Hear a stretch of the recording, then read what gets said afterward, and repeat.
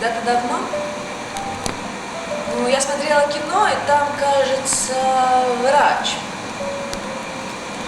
говорил о том, что люди умирают от одиночества, особенно в моем возрасте.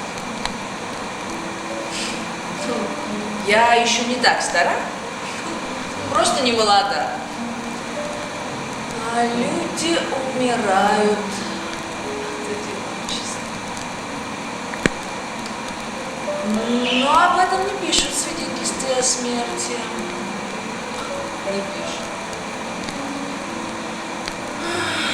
Сколько одиночества в этом городе.